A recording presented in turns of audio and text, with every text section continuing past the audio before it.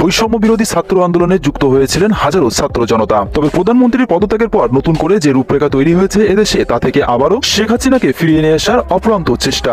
যেমনটা চিত্রজগতের খল অভিনেতা মিশা সওদাগর ইতিমধ্যে একটি গণমাধ্যমে জানিয়েছেন, উন্নয়নের এই ধারাবাহিকতা বজায় রাখতে শেখ হাসিনা এদেশের জন্য অপরিহার্য। তবে শুধু মিশা সওদাগর নয়, দেশের রিক্সা চালক থেকে শুরু করে আবারও ছাত্র জনতা এক হয়েছেন।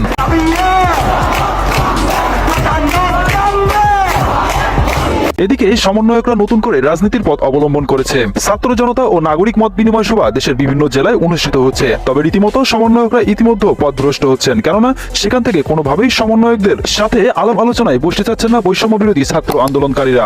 আপনারা যদি আমাদেরকে সহযোগিতা না করেন তাহলে আমাদেরকে চলে যেতে হবে। আপনারা যদি আমাদের